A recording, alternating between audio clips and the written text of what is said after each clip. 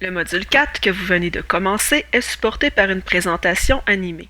Cependant, pour compléter le module, vous devrez aussi accéder à des sites externes, faire des lectures et des exercices.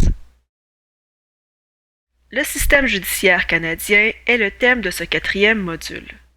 Vous y verrez l'organisation des tribunaux canadiens, le fonctionnement de la règle du précédent, et vous serez finalement initié à la lecture d'une décision de justice, soit à sa structure et à son vocabulaire. Quant à l'organisation des tribunaux, il importe de faire trois grandes distinctions. D'abord, il peut s'agir d'une première instance ou d'un appel. Ensuite, il existe des tribunaux judiciaires et des tribunaux administratifs. Enfin, certaines cours sont des cours supérieures alors que d'autres ne le sont pas. Le tribunal de première instance est celui qui, le premier, entendra un litige.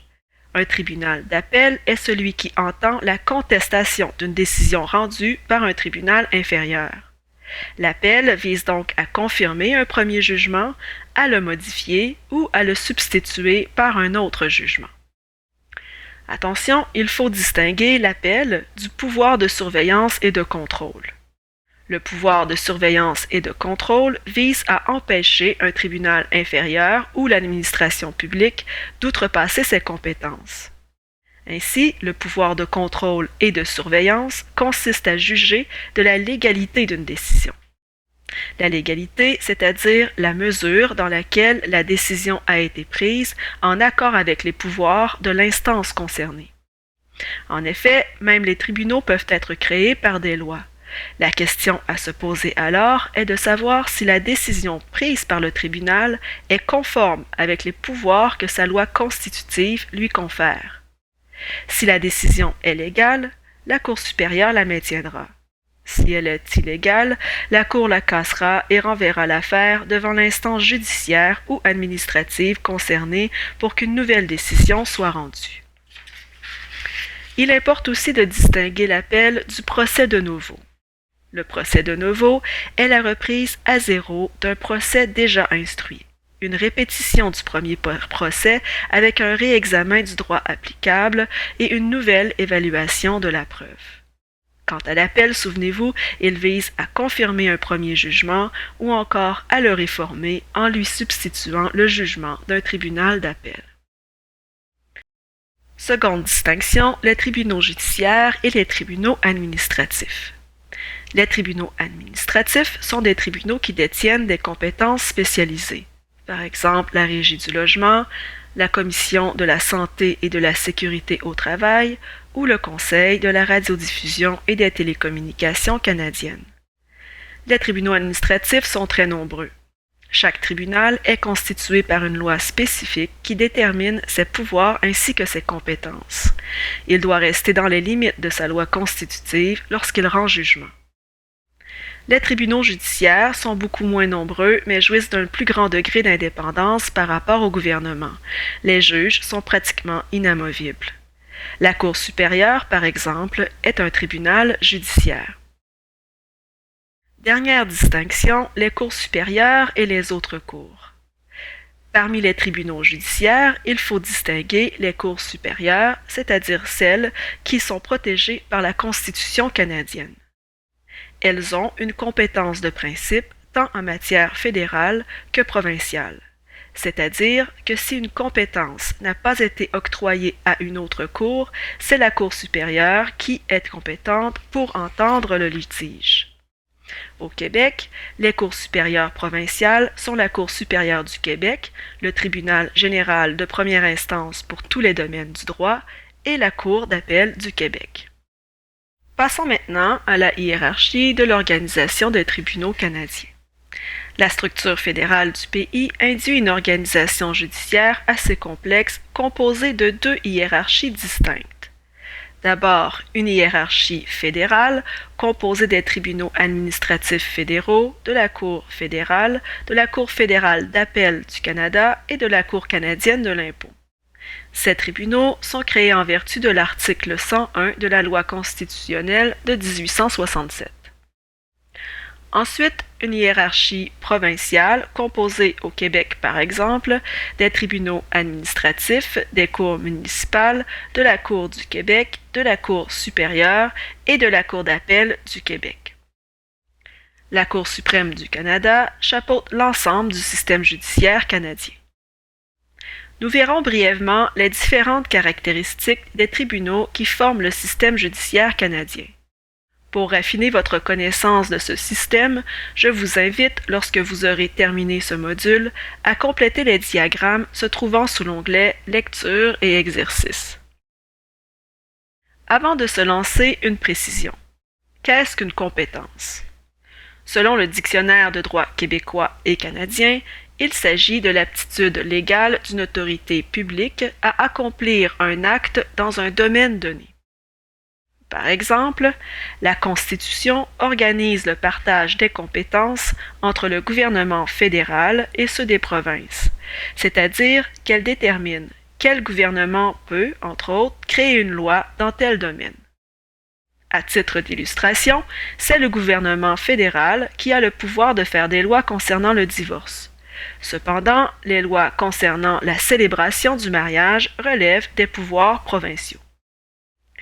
Toujours selon le Dictionnaire de droit québécois et canadien, une compétence est aussi l'aptitude d'une juridiction à instruire et juger une affaire.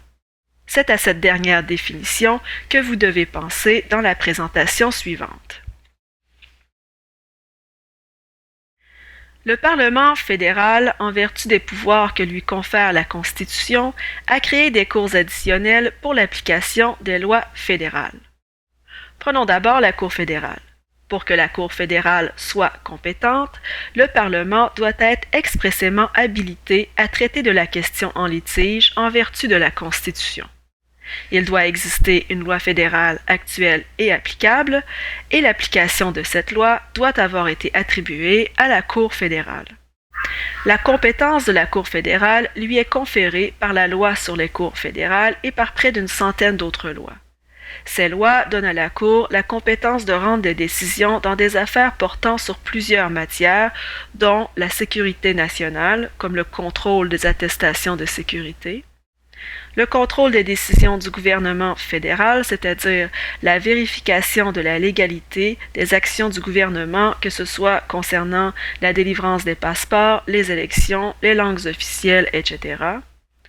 La propriété intellectuelle, incluant notamment le droit d'auteur, le design industriel, les brevets d'invention et les marques de commerce, et les litiges en matière d'amirauté et de droit maritime. Quant à la Cour fédérale d'appel, elle détient une juridiction d'appel de plein droit de la plupart des décisions de sa première instance, ainsi que celle de la Cour canadienne de l'impôt. La Cour canadienne de l'impôt est une cour supérieure qui permet aux particuliers et aux entreprises de régler leurs différends avec le gouvernement du Canada concernant l'impôt sur le revenu bien sûr, mais aussi notamment au sujet de la taxe sur les produits et services ou de l'assurance-emploi. Passons maintenant à la hiérarchie des tribunaux provinciaux et prenons l'exemple du Québec. La Cour supérieure d'abord.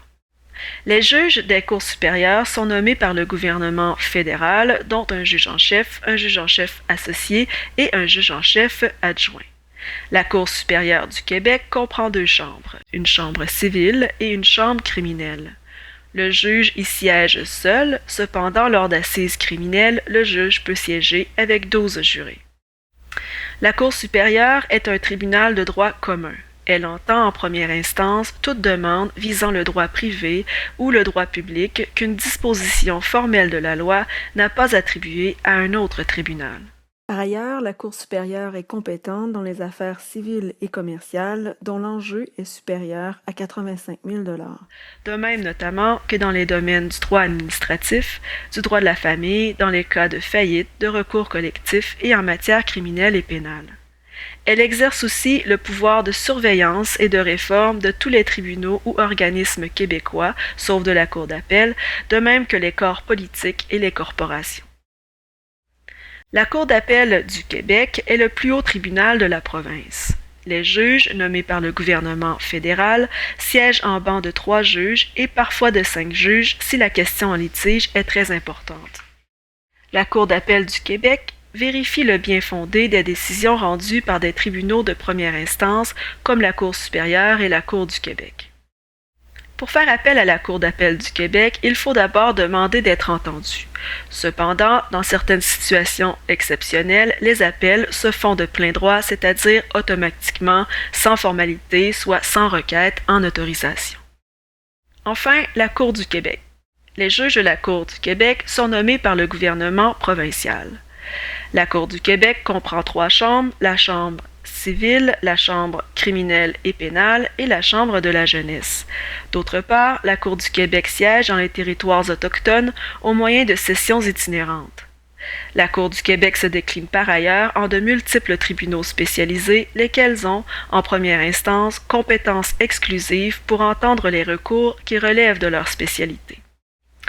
La Cour du Québec entend notamment les litiges qui mettent en jeu un intérêt financier inférieur à 85 000 $, sauf les demandes de pension alimentaire, certains litiges en matière pénale ou criminelle, de même que les litiges en matière scolaire et municipale. Enfin, la Cour du Québec possède une division des petites créances qui permet aux justiciables d'avoir accès à une justice dépourvue du formalisme qui teinte les audiences tenues devant les autres tribunaux. Elle peut entendre les affaires dont la somme réclamée n'excède pas 15 000 $. Par contre, la division des petites créances ne s'occupe pas, entre autres, des litiges résultant du bail d'un logement, des demandes de pension alimentaire, des recours collectifs, des poursuites en diffamation, des litiges soumis par une personne, une société ou une association qui a acheté la réclamation d'une autre personne, par exemple une agence de recouvrement. La Cour suprême du Canada trône au sommet de l'organisation judiciaire québécoise et canadienne. La Cour suprême est composée de 9 juges nommés par le gouvernement fédéral, dont 3 juges qui doivent provenir du Québec. La Cour suprême du Canada siège en appel des cours d'appel des provinces et de la Cour fédérale d'appel dans tous les domaines du droit. Il s'agit donc de la plus haute instance du pays. Ainsi, la décision de la Cour suprême du Canada est finale et sans appel. Dans certains cas, en matière criminelle, il est possible d'être entendu de plein droit par la Cour suprême du Canada. Cependant, en général, il faut demander à être entendu. La requête pour permission d'en appeler est présentée devant un banc de 3 juges qui décideront s'ils se pencheront ou non sur l'affaire qui leur est présentée. Le critère décisionnel est celui de l'intérêt national. Si la requête est accueillie, le juge en chef détermine le nombre de juges qui siégeront, soit 5, 7 ou 9 juges. Il est aussi possible de saisir la Cour suprême du Canada par renvoi. Un renvoi est la procédure par laquelle un gouvernement demande à la Cour suprême du Canada de lui donner son opinion sur une question de droit ou de fait. Enfin, la Cour suprême du Canada est la gardienne de la Constitution. Tout justiciable peut, à l'occasion d'un litige, soulever une question de constitutionnalité. La Cour appelée à se prononcer sur la conformité des lois à la Constitution canadienne peut imposer une sanction permettant d'assurer le respect de la Constitution. Ainsi, elle peut substituer son jugement à celui des tribunaux inférieurs, ordonner un nouveau procès ou renvoyer les parties devant un tribunal inférieur pour qu'il y soit statué de nouveau. Elle peut aussi suspendre l'application d'une loi qui s'avère anticonstitutionnelle ou encore déclarer la loi inconstitutionnelle. Les décisions de la Cour suprême n'ont pas à être unanimes. Une décision peut comprendre une majorité, laquelle décide de l'issue du litige, et une décidence qui sera elle aussi publiée comme une partie intégrante de la décision et qui pourra éventuellement influencer le droit. Le fonctionnement et l'évolution du système judiciaire canadien sont marqués par un principe fondamental, celui de la règle du précédent. Pour comprendre le concept de la règle du précédent, veuillez lire le texte d'Albert Mérand dont la référence apparaît à l'écran, puis répondez aux questions. Une fois cet exercice terminé, vous pourrez revenir à la présentation afin de vérifier l'exactitude de vos réponses. L'article intitulé « L'autorité du précédent » est publié dans la revue juridique Thémis. Cette revue est disponible en ligne gratuitement si vous y accédez via les ressources de la bibliothèque. Souvenez-vous que pour vous brancher à distance à ces ressources, vous devez utiliser le proxy de la bibliothèque. Référez-vous au module 1 si vous ne savez pas comment faire. Première question. qu'est-ce qu'un précédent? Le précédent est le principe en vertu duquel les tribunaux conforment leurs décisions à celles qu'ils ont eux-mêmes rendues et à celles rendues par un tribunal supérieur. Selon le dictionnaire de droit québécois et canadien, il s'agit d'une décision judiciaire antérieure qui est reconnue comme une autorité et a pour effet de lier les tribunaux de même niveau ou d'un niveau inférieur lorsqu'une question portant sur des faits et des questions de droit similaires y est soulevée, les principes dégagés de cette décision constituant alors une source de droit. En common law, en Angleterre ou au Canada, le précédent crée une règle que les tribunaux sont obligés de suivre. Le précédent s'impose comme une contrainte impérative. Dans les pays de droit civil, comme au Québec ou en France, le précédent est moins autoritaire. Il ne commande pas, il recommande fortement qu'on le suive. Le précédent se présente alors comme un modèle proposé. Seconde question, d'où la règle du précédent tient-elle son autorité? Aucune loi fédérale ou provinciale ne détermine l'autorité du précédent. La force de l'autorité du précédent tient à une politique judiciaire, et cette politique judiciaire est variable dans le temps, mais aussi selon l'avis des diverses cours. Enfin, selon Albert Mérand, quels tribunaux sont liés par quels tribunaux?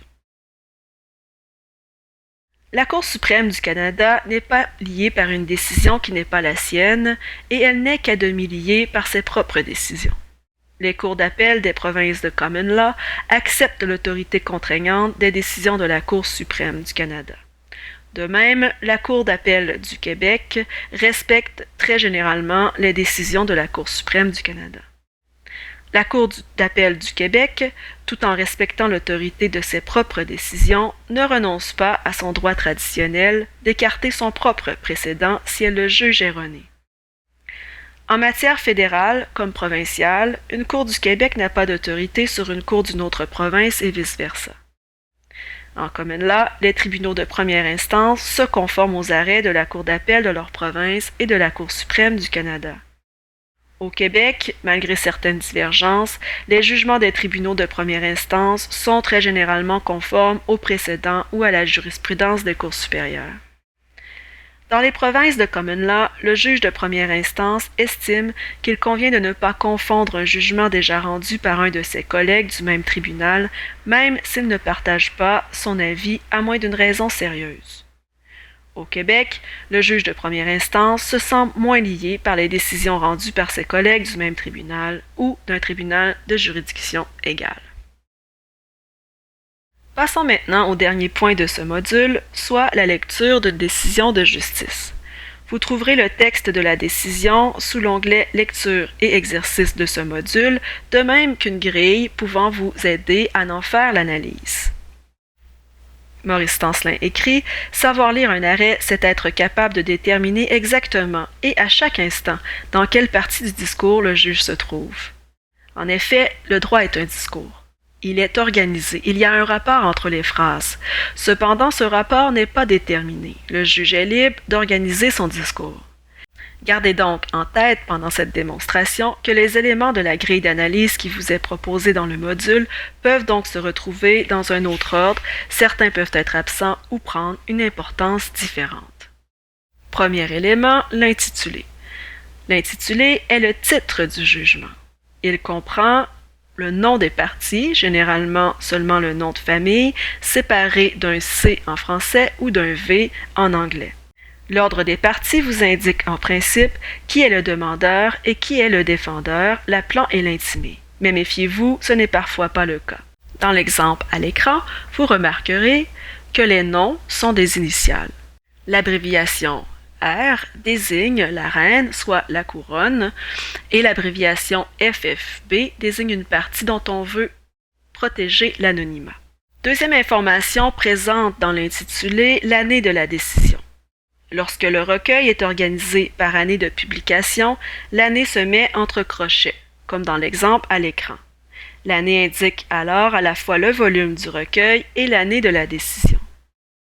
Lorsque la série du recueil est organisée par numéro de volume, la date entre parenthèses indique uniquement un renseignement sur l'affaire.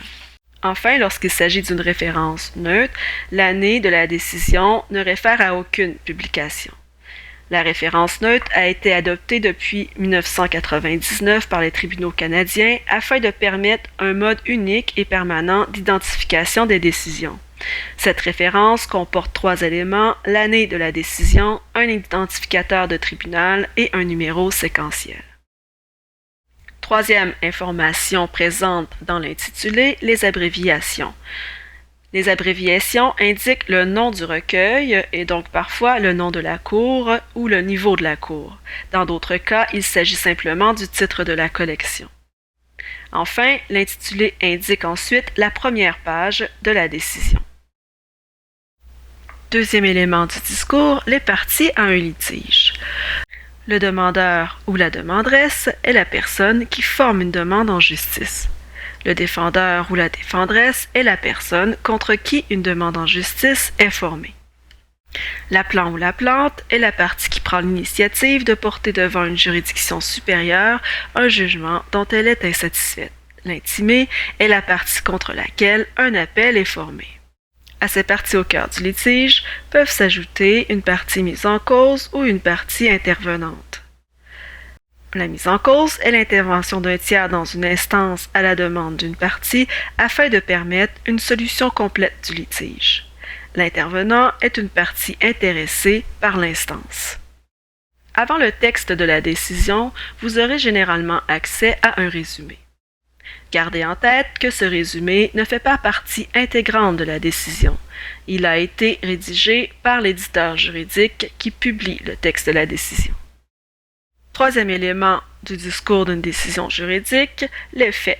Les faits sont les éléments factuels retenus et interprétés par le juge qui lui permettront de qualifier la situation, de la classifier et de prendre sa décision alors qu'il croisera le droit applicable aux faits qu'il a sélectionnés comme étant ceux qui étaient pertinents.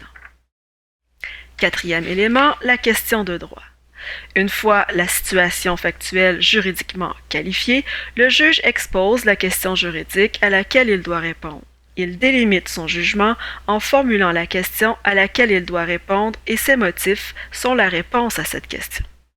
Cinquième élément, les motifs, donc l'exposé des raisons, tant de faits que de droits, qui justifient la décision du juge. C'est le cœur de la décision. C'est la partie du discours où le juge interprète le droit à la lumière des faits. C'est la partie du discours où le juge tente de convaincre, de persuader de la justesse de sa décision. Enfin, c'est la partie du discours dans laquelle le juge nous prend par la main pour suivre la logique de son raisonnement. Au Canada, généralement, les décisions sont signées du nom du juge qui rend les motifs. Par ailleurs, la décision n'a pas à être unanime et le texte de la décision peut contenir à la fois des motifs majoritaires et des motifs dissidents. La dissidence peut porter soit sur les motifs, soit sur la conclusion du jugement. Dernier élément de la structure de discours d'une décision de justice, le dispositif. Le dispositif est la partie finale du jugement qui contient la décision du juge. Merci de votre attention.